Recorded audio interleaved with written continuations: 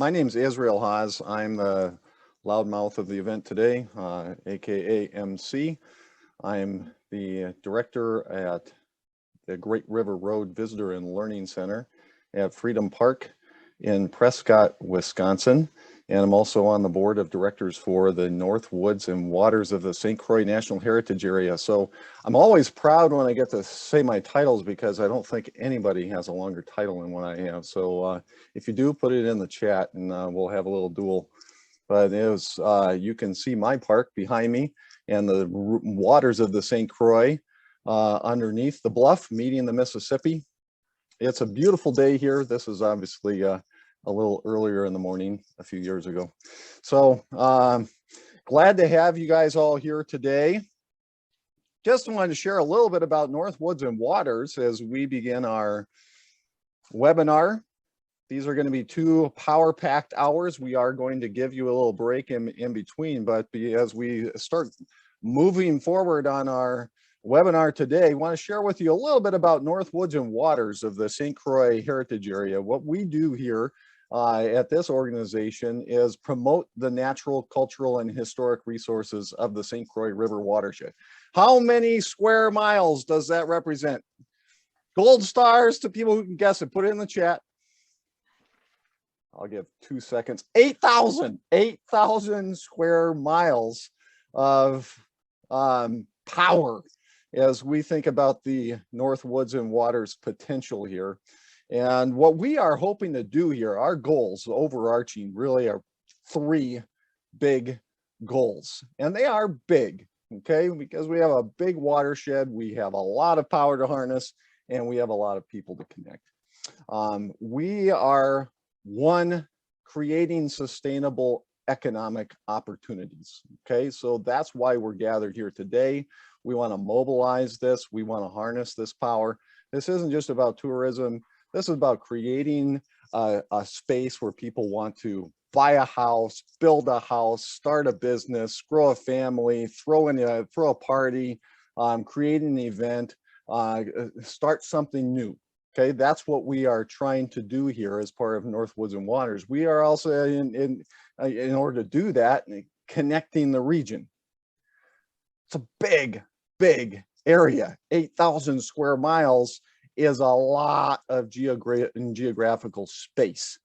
But thanks to technology, thanks to relationships, thanks to all of the people who are on this call in different organizations and entities they represent, we're going to do that. We're going to connect the region to help preserve and enhance the historical, cultural, and natural resources that are here in this nationally distinctive watershed. We have something special here. And 3, we are increasing awareness and understanding of our heritage. We're telling stories. We're sharing the resources that help share those stories. And we're going to talk more about that here. I don't want to get into it too much here, but just want to provide for you a basic overview. For some of you, this is the first time that you're hearing about North Woods and Waters. We don't want this to be the last time. We want you to be part of this movement. This is exciting. This is powerful, and we can make some big change. So we want to welcome you. Next slide, if we could. I want to welcome you. There's a whole bunch of you here today from chambers of commerce and tourism organizations. You're representing businesses and nonprofit organizations. If you're scrolling in the chat, you can see all of the different variety of folks who are represented on the call today. You are coming from city and county government positions, and your educators, your researchers. You are promoting arts and recreation and telling the historical stories that make us distinct. You're representing information centers and visitor bureaus. We are really grateful that some of you are on the call today representing our elected officials. We are very grateful to have you with us today. And there's just a whole bunch of you here. So keep dropping your names. If you're just joining now, keep dropping your names, your pronouns, your links in the chat, because this is what we're here to do. We're welcoming each other, and we are connecting for the sake of the watershed and for the unleashed power that we are yet to experience together. We want to thank our sponsors.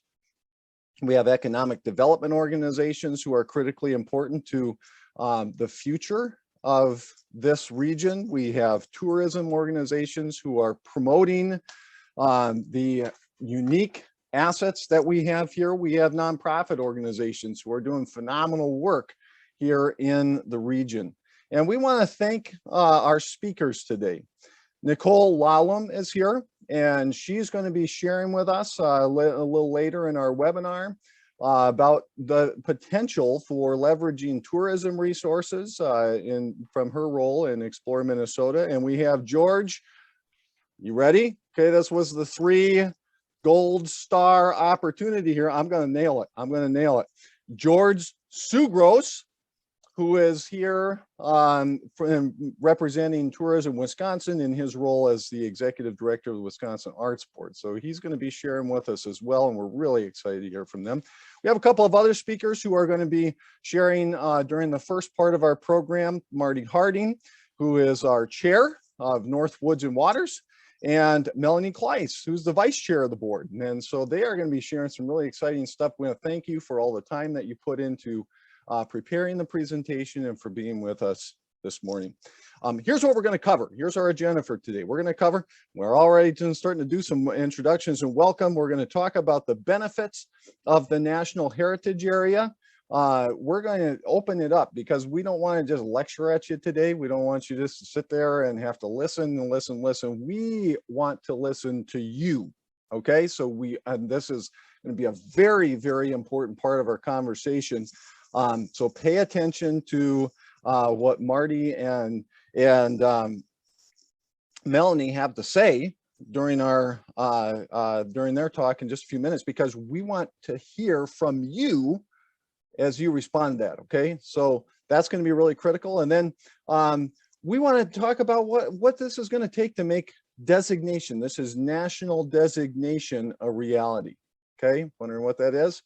Wait and see. Okay, and then we're going to take a little break and come back and hear about some of the resources that you can leverage for promoting the St. Croix River watershed communities, on both sides of the river, and learn about some opportunities to amplify these messages, your messages, the opportunities that we have together around the river. Okay, so let's go ahead and jump right in here. And all of this is powered by our economic impact team. Nancy's going to share a little bit about that.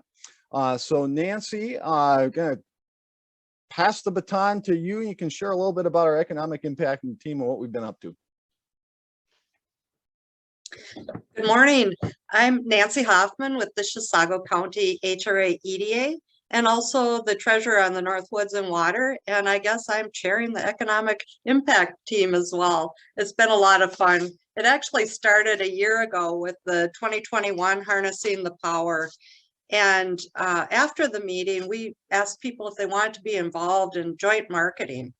And so we came together. I have 22 people on my list that have been involved in our economic impact team. At first, we were calling ourselves the joint marketing team, but really, once we saw the economic impact study, we felt like that's what we're trying to do, is share this message. If we could become a designated, when we become a designated national heritage area, we will be bringing in, we'll be increasing our economic impact to the area because of the designation. And so we did have the Carlson School economic impact study shared with us. We've been making presentations to chambers, economic development groups. We create outreach materials, legislative outreach, and we're exploring funding with this economic impact study.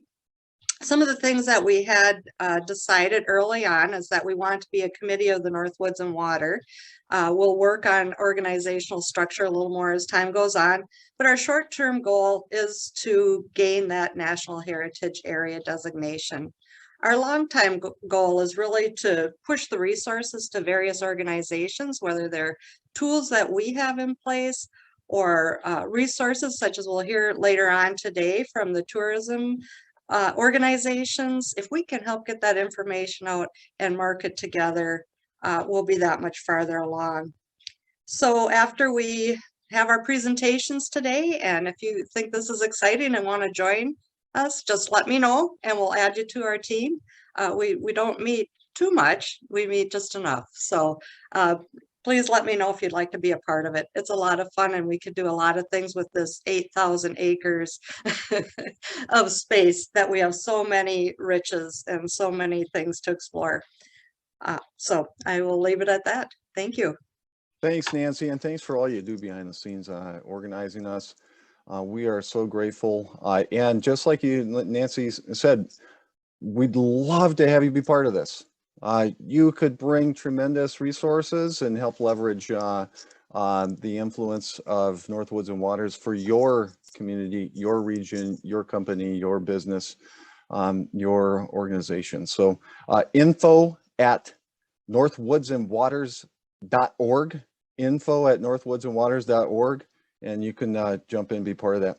We're going to move right into our National Heritage Area discussion. Now, we started talking about this last year around this time. Over 100 of you gathered last year for the webinar. If you're curious, you want to go back and see what we talked about last year, we do have that webinar posted on our YouTube page. But last year we started talking about what harnessing the power could look like, what could happen economically in our region if we were to become a national heritage area, an officially designated national heritage area. That was really exciting.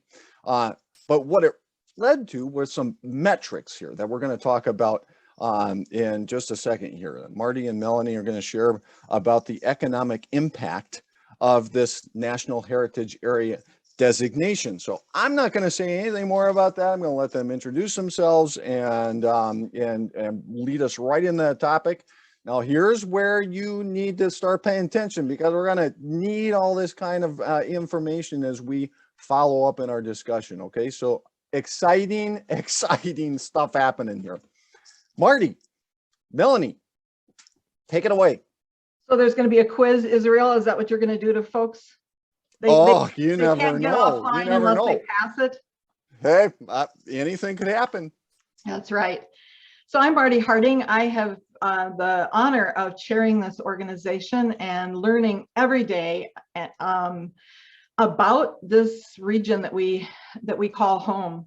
I'm going to go back one slide here. So for those of you that are really new to this concept, I want to give you just a brief overview of what National Heritage Areas are. This is like a 30-second overview. They celebrate places with important connections to our country's culture and history, and we believe we have those connections, and we want to share them with the nation. There are currently 55 heritage areas, 6 of them quite recently approved through a Land Management Act. We want to be one of them. These are where they all are with their flags. We want our flag right there between Minnesota and Wisconsin. And so that is our goal. It is a winding path to designation. We've been at this for quite a long time, actually started in about 2008 or 9, thinking about this idea. Then we did a feasibility study just last year. We found out that through all of the work that we did, that we have fulfilled the National Park Service criteria, and now it takes an act of Congress. We have one congressman who has worked with us to put together a bill. We are looking for co-sponsorship, and that's where you can really help us to support your legislators in understanding that this is truly a bipartisan initiative that can lead to such major benefits for this region, and they it'll be good for them to co-sponsor it. So that's where we are right now. We're working towards the legislation and moving that forward. Last year, when we were all together, we had a small group discussion, and we put together what we thought were the benefits for our organization. And as I was creating this slide, it was really, really hard to do it because of the discussion was so rich that when I just put it down in these bullet points, it loses its whole capacity. So I'm going to send those to you so that you can read them, to read the actual words that were a part of this. But the people who are online representing most of those same groups, Israel, that you had talked about before, this is what they said after hearing about the concept of us being, our region being a national heritage area. Part of it is that ability to attract others into the area, and they said it's everybody. It's visitors to the areas, but it's students who go to our schools. It's workers who want to work here. Some of them now from home can work here in this region, and they're looking at it for the quality of life, and to relocate businesses here. And they felt that NHA, the branding, would help in recruiting. The additional investment would lead to improved economic well-being. And some of the things that were mentioned were the artists, small businesses. People had a vision of really thriving small towns that were connected, like pearls on a string throughout this whole watershed, with increased all of the economic impact that we'll talk about in just a moment. Better cooperation among organizations, both similar organizations and really different organizations, and learning about all of those so that we can work better together. Then the collaborative marketing, of course, is something that we can all do together locally here as we move people throughout the watershed who live here already and just don't know all the resources that are out there, but also from our Twin Cities market and our Duluth Superior market, who those two are just they're top and bottom gateways to here. That's how we see them, as gateways. I don't know if they see themselves as that, but that's how we're viewing them. And then just the additional educational resources that we can give to educators and students, increased funding for all of the resources that we have here. That's one of the things that heritage areas do. They leverage the small amount of money that's given through federal funds and increase funding for all of these resources. And then the visibility that we have, along with the appreciation and protection of them, that comes along when people know what is here, they learn to love it, and then they want to protect it. And then a greater awareness of our shared history and culture, which is so rich here. One of the things like Israel said, that's one of our goals, is to increase economic opportunity. We had been reading that economic impact, about the economic impact of national heritage areas. We've talked to them, but we didn't know. That's what the big question mark over there is. We were not sure what the economic impact would be for our region. And so that brings us to the meat of this little presentation, which is to talk about the economic impact and opportunity assessment that was done specifically for us by the Carlson School of Management with these students who worked with us. And Melanie brought this whole idea to us of working with the Carlson School of Management. So I'm going to turn it over to Melanie. Melanie, we're so grateful. We've learned that this is like a $30,000 contribution if we were to hire this work to be done. And they did it for us gratis, and you brought that to us. So thank you so much for that. Yeah, no problem, and my pleasure. And it was just that I had the pleasure of working with this group a few years before for a different nonprofit. So they're really well known and highly regarded for really amazing analyses and output. So if you could go to the next slide, I want to get right into the meat of this. Here are their main conclusions. And to give you, first of all, I want to point out that all numbers and results are conservative. We all very specifically said up front that we did not want to, have pie in the sky kind of numbers at all, and we didn't want to overpromise anything. So these are erring on the side of finding less rather than more impact. And then also they did both a qualitative and quantitative analysis. And I'm going to start with the quantitative. And then Marty will go into some of the qualitative stuff that they came to. So here you can see within the second year of designation, they didn't do for the first year because there was too much data noise when they looked at 25 other heritage areas that have been established. And they went back looking at data back to 2001 to see these impacts. And they really only took data that they could say, we see a noticeable change in some direction. And here's the range, and here's the average of that range. And I'll tell you a little bit more about those ranges. They're surprisingly narrow. They had really good data and results from this. So increased total jobs of 6,000, of which 1,300 are in the tourism area, so leisure and hospitality related. And then $7 million in overall GDP impact additional as a result of the designation, and 5.4 million in tax revenue. That's just from income tax. I'll show you later some other tax areas that contribute more to that as well within the 2 years of designation. And that is it for now. Can you switch to the next slide? So they worked with, I believe it was 21 different national heritage areas. This is the Carlson School really felt that this was a groundbreaking strategy for how they actually were able to pull this information all together. But they worked with 21 that were more recently established. There's, as you remember, there's actually 25, sorry. 25, you're right. Yeah. I say 21, you say 25, and you rationality, it is 25. And they worked with the ones that had been designated most recently, because the old timers, the other 30 some, they received much more massive funding from the national government. And so it's hard to compare those.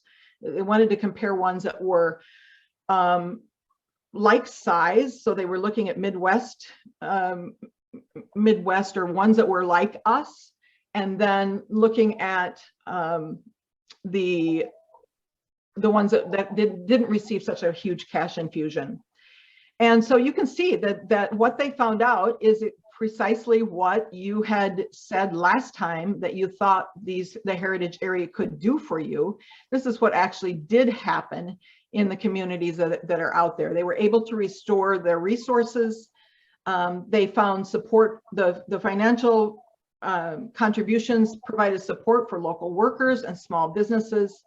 That whole kind of harder to define thing that happens with national heritage areas that is so important is a greater credibility throughout the region and throughout the nation. Because once you have that flag in the map and you have the blessing of an outside organization, people look for you and they come here, and it gives us greater credibility to work together. But it also gives us greater credibility in the larger area. It gives us the opportunity to really create targeted experiences for visitors.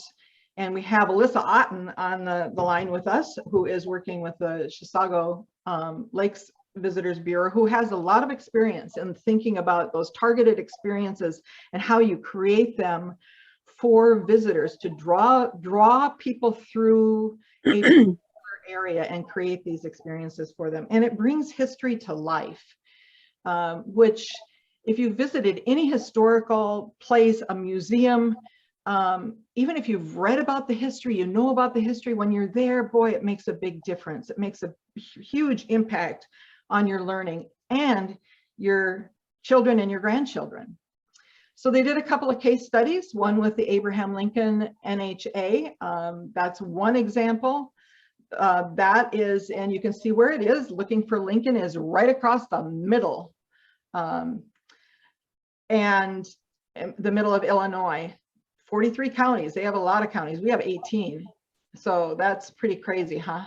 To work with 48 counties. But that goal is to discover and preserve the story of Abraham Lincoln's early professional career. And so their partner communities all have a little story to tell about Lincoln, and they have to have that story in order to be considered a partner community. Then there's Freedom's Frontier. That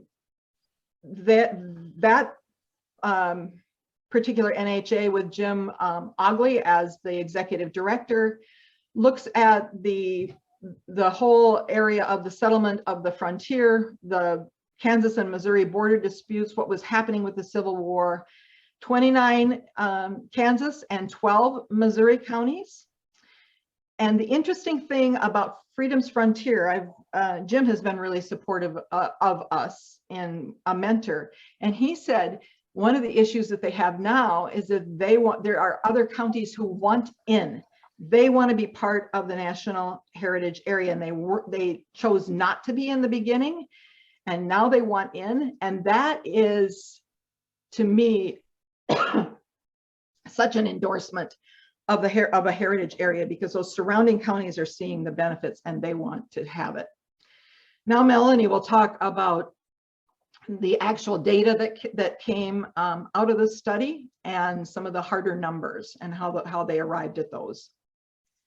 Thanks, Marty. Yes, so the first one is about visitors. In the first couple years, they didn't find, from all the data that they crunched from the other heritage areas, a lot of visitor increase there, but it's also because of noise from other things that can happen, like the economy at large, weather, anything else. But you look out 5 years and you're going up 10%, and then you look out 10 years and you're going up almost 3 times as much. The visitors really do start growing as your programs develop. And I saw there was a question in the chat about really targeting the development and growth, and I'll get to that as well. So thank you, Amber, for that question. Question about rejuvenating or developing what you already have. And actually that's kind of the basis of a National Heritage Area too, is really focusing on the people and the businesses, the organizations, the culture that's there now. And so we really work with who's there now, first and foremost. Next slide, please. And then this is the amount of revenue created by those visitors. And as you can see, that 10-year, the gray column is current, the maroon column is in 5 years, and the gold column is 10 years. You just see how that can jump. And the average that these numbers are based on is average of $44 spent per person. Next slide, please. Can I get the next slide? And here's where visitor spending contributes in the main 5 tourism sectors. And here also kind of relates to your question, Amber, because another concern that we've heard, and that frankly a lot of us also have, is that when you have more people coming and say using your resources, are you going to have kind of those resources getting used up in a sense? And so, for example, the wild and scenic nature of the river, are you going to lose some of that quality?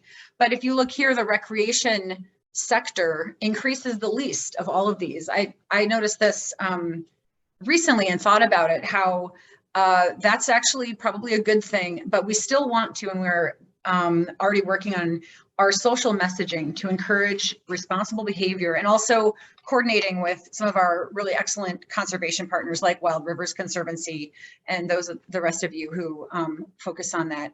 But all the sectors and really the quality of life in the watershed, that's also, we want to make sure to preserve that. It's, you know, the culture and the quality of life that there is there now is what makes this a wonderful place. So it's across the board there. And then here are the highlights for our heritage area. These are the reasons why visitation is a particularly good opportunity to work on through the heritage area. And it's because we have this National Scenic Riverway and Scenic Byways. It's very unique for a heritage area in the country as a whole. They have the same objectives as our NHA.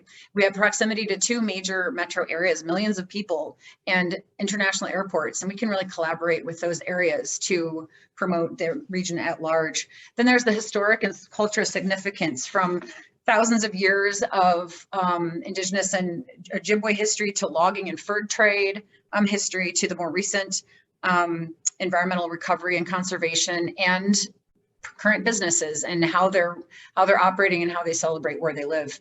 And finally, the heritage towns, they make for really great partner sites and communities. There's 18 different counties and lots of cities. They all offer diverse cultural, historic, and natural experiences. And between all of us here on this call too, we can collaborate with our strengths and to create a powerful visitor experience for those coming to this area.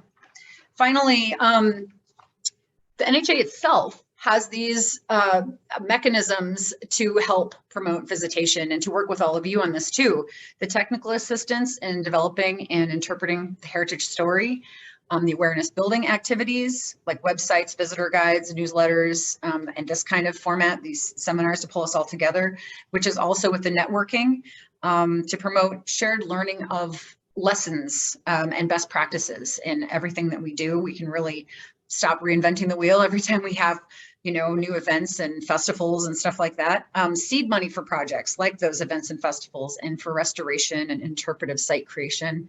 And then finally, collaborative marketing. And the Abraham Lincoln NHA that Marty mentioned earlier said that they have this signature events program that supports the annual events of the smaller communities and really pulls that all together and enhances it. So something like that. And then I think, is it back to you now, Marty? The next slide. Yep. Yeah, okay. Thank you, Melanie. Yeah. Sometimes PowerPoint just doesn't collaborate. It needs to come to these webinars and think about collaboration. So this is a slide that the Carlson School provided for us to help us understand some of the things that Melanie again is going to talk about, but how visitor spending directly affects all of these things. How does this actually work? And this is a scheme that they showed us, that you have these visitors to the St. Croix watershed who spend their money in local St. Croix businesses. They go to restaurants. In some places they may rent an Uber. We don't have many of those out here, but they, you know, they might go to local shops. So there's a spending that they do in our businesses here. And that has a direct effect. If you follow the arrow down, it has a direct effect in the wages and salaries of profit and taxes from that spending directly. But then there are some secondary effects. So if you have increased spending that happens, businesses may need to purchase supplies and services from other businesses that are here. And so there's that secondary effect that other businesses in the region benefit. And the secondary effects are those additional economic activities happen when the employees themselves that have been benefited by the wages and salaries and have extra spending. It looks like about $950 is about what they say each of us will have in our pockets from the benefits of an NHA. That one is the least understandable, but we'll take that and we will use it to purchase goods and services. So those are the secondary effects. Then there are some additional effects that I will tell you, but you can see how all of those things together benefit the St. Croix watershed communities.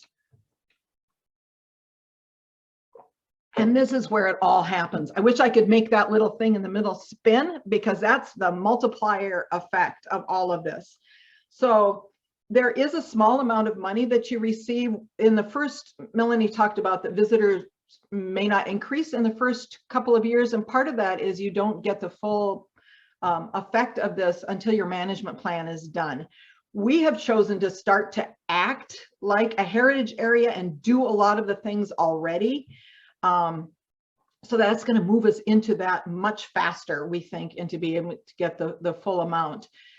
So with that improved reputation and acclaim and this culture of event collaboration that we develop, and with that initial infusion of money, the visitors start to increase. So there's the increased supply of visitor activities to serve that demand. And there's an increased amount of spending that Melanie will talk about again in just a moment. So that happens. And then the company specific effects. So those in that particular, let's say it's the visitor sector, those additional jobs, we talked before about the secondary effects that the visitor businesses purchase more supplies and services. So we've already talked about that. But then there's another piece over here on the left-hand side, and that's the company specific effects. Those are not related to the visitors, but it's other business revenue that comes in those non-visitor business jobs. And that's about 5,000 jobs that they assume will happen as a result of an NHA.